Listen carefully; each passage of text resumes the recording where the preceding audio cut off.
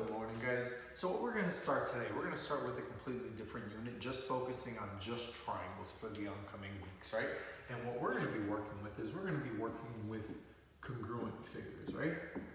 And again, what congruent figures are figures that are exactly the same. Everything about them are exactly the same, right? Same shape, same size, all the sides are the same, all the angles are the same. Everything about congruent shapes are exactly the same, right? So again, when you have congruent figures, it means that they are exactly the same, right? So if we wanted to start off with the basics, if I were to look at these two, right? We have that, and then we have that, right? And if I were to ask you if these two are congruent, a lot of people would say yes, because they're the same shape, they're both a triangle, right? Other people would say no, they're not congruent because they're not the same size. And that's exactly it. These two figures, they are not congruent.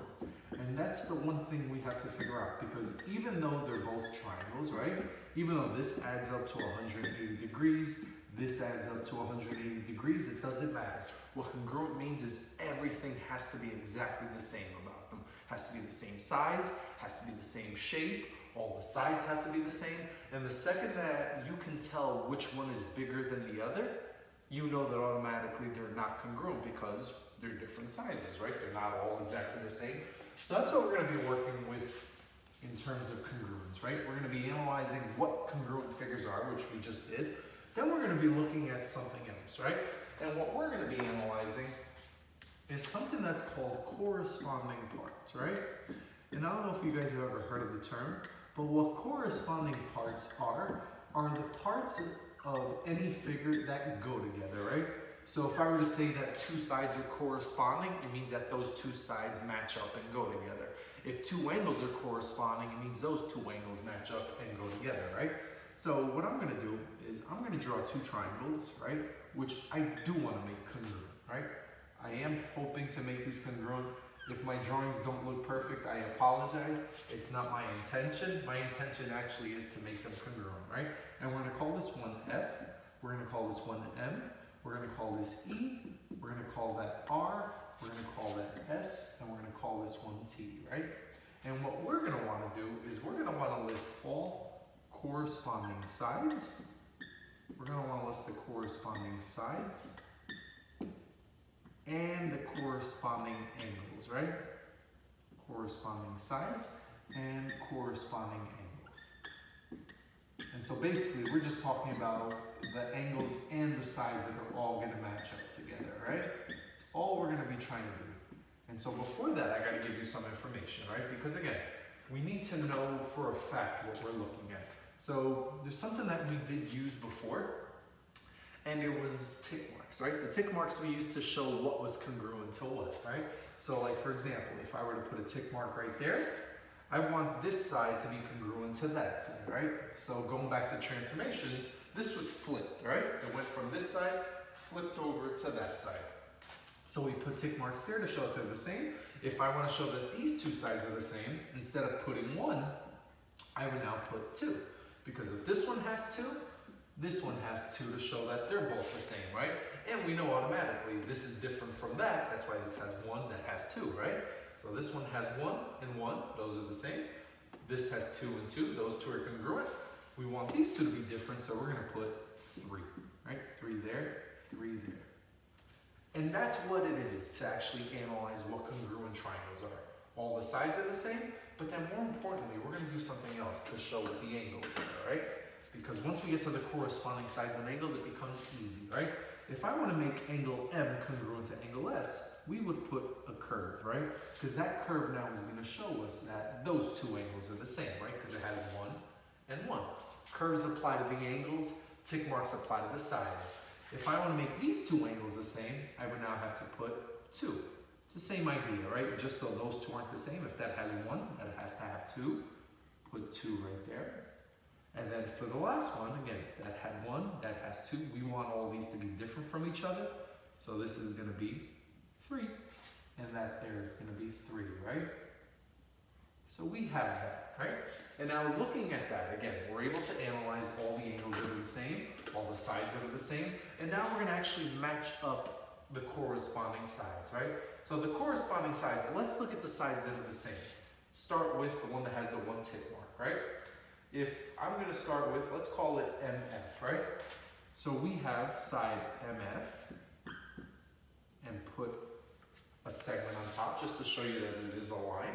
We know that MF corresponds is the same as this side because one tick mark, one tick mark.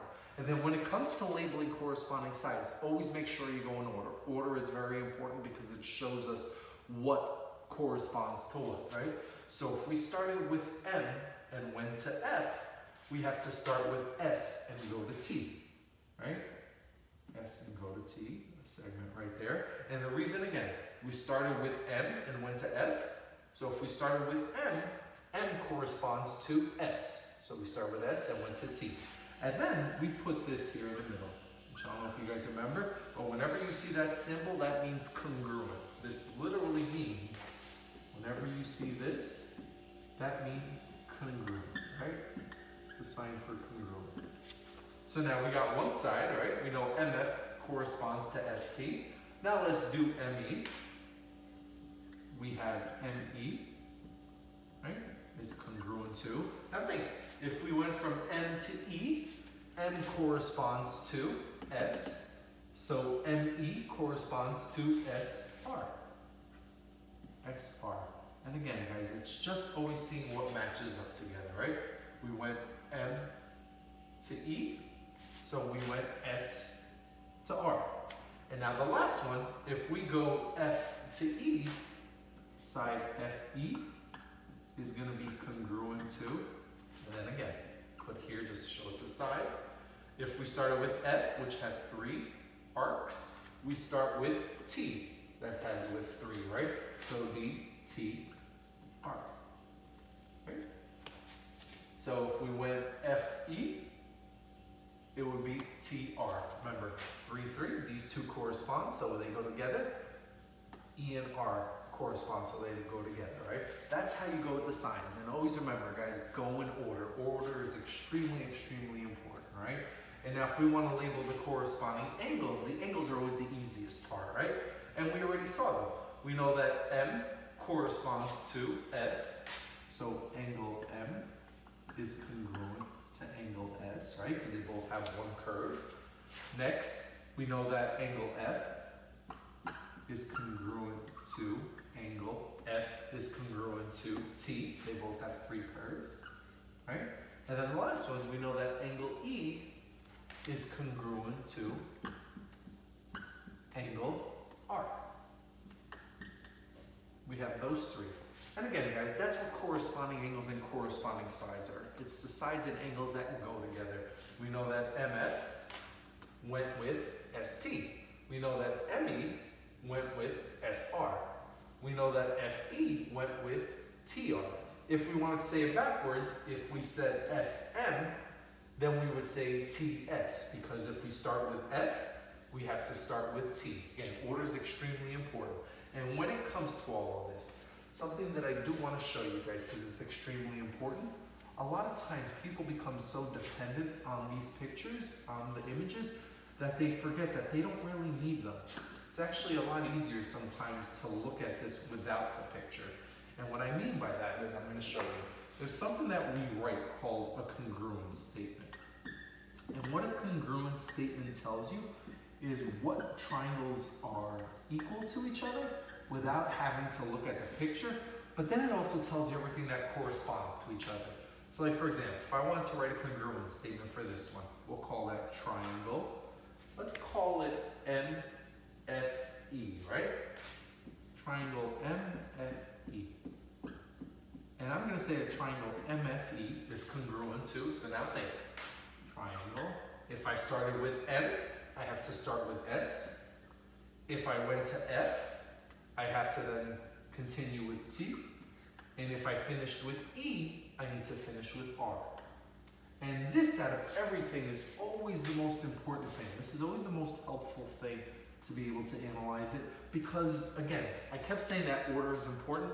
Order is important because once you have this, you can just read the order and not even look at the pictures. Because if you look at this, for example, if I see the middle, the ones that are in the middle, F and T, they go together, they correspond. F3, T3. If I see the first one goes with the first one, M and S go together, M has 1, S has 1. If I look at the last one goes with the last one, E and R too. If I were to say the side, ME, right? First to last, ME. First to last here, SR.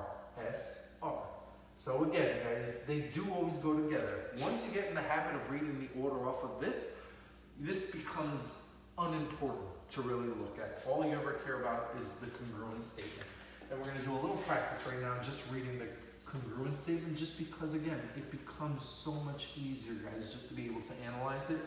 And you never need another picture as long as you have that congruence statement. And what I'm always going to tell you is go by that congruence statement, because it's actually more important than the picture. Because sometimes the picture can be a little bit deceptive, whereas a congruence statement can never be deceptive. It always has to give you everything in order regardless, right? So let's say that I had this.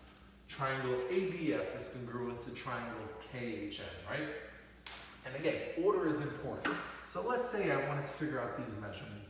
I want to know what's congruent to D, right? I want to know what's congruent to F. I want to know what's congruent to FA, right? Side FA. I want to know what's congruent to side DF. So let's look at those four, right? And again, we don't have a picture, but we can answer all of this. And we know for a fact we can answer all this because, again, it's just looking at the order. So let's look at the first one, angle D.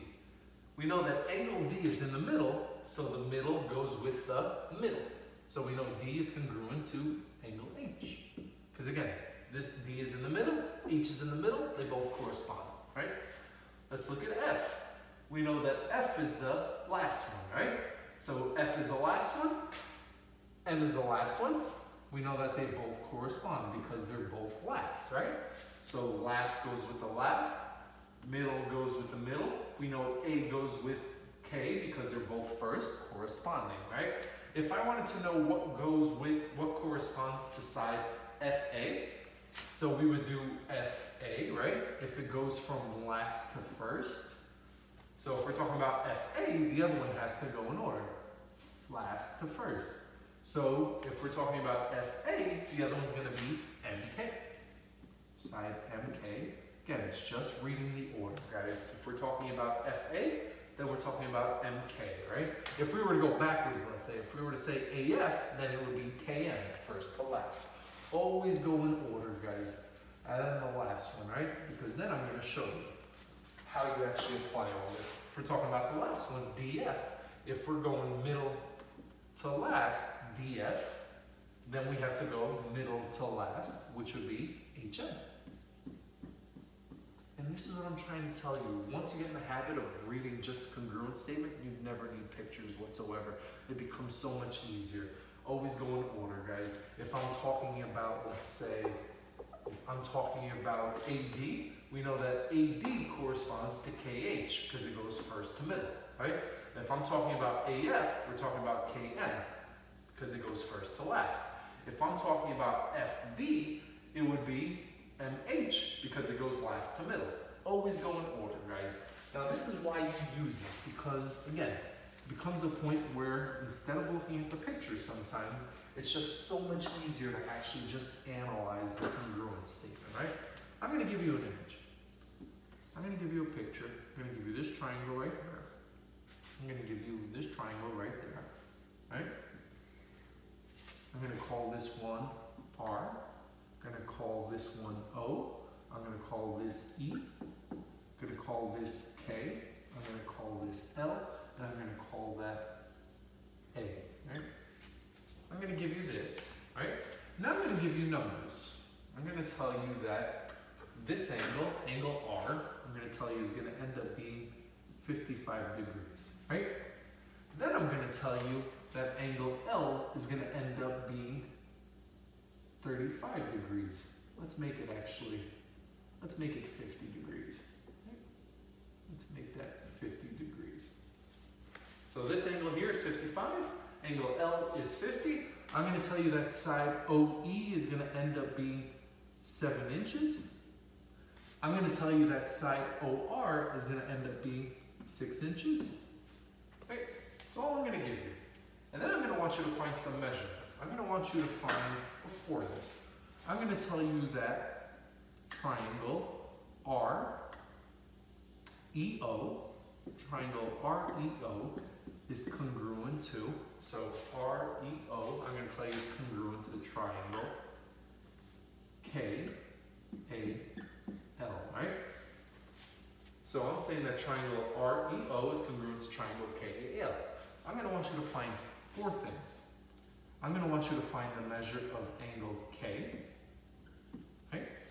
I want you to find the measure of angle O.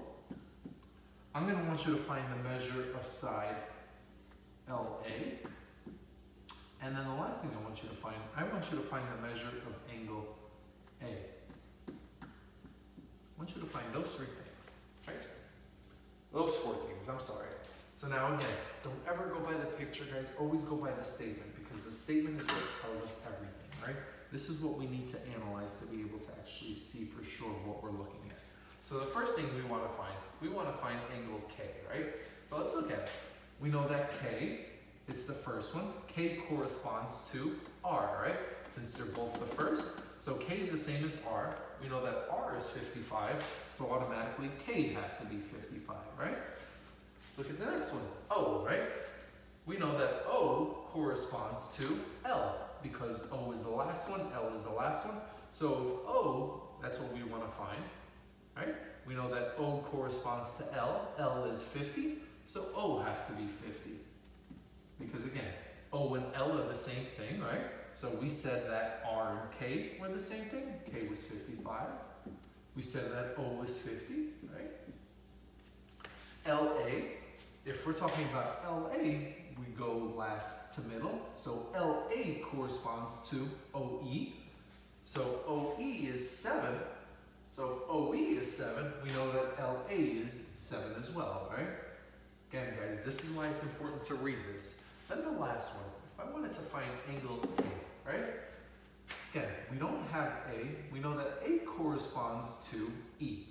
We don't have E there, but how do you find the missing angle of any triangle, right? We know that a triangle will always add up to 180. So we know that that's 50. We know that this is 55.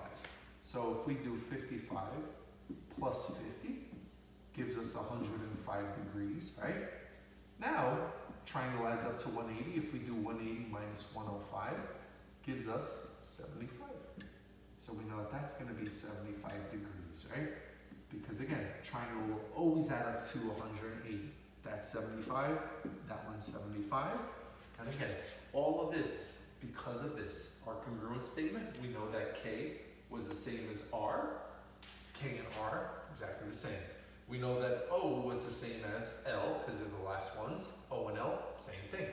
We know that LA is the same as OE, 7 and 7, same thing. We know that A is congruent to E.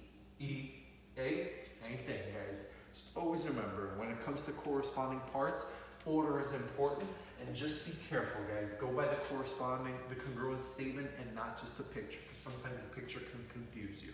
Hopefully this helped, guys. Take care.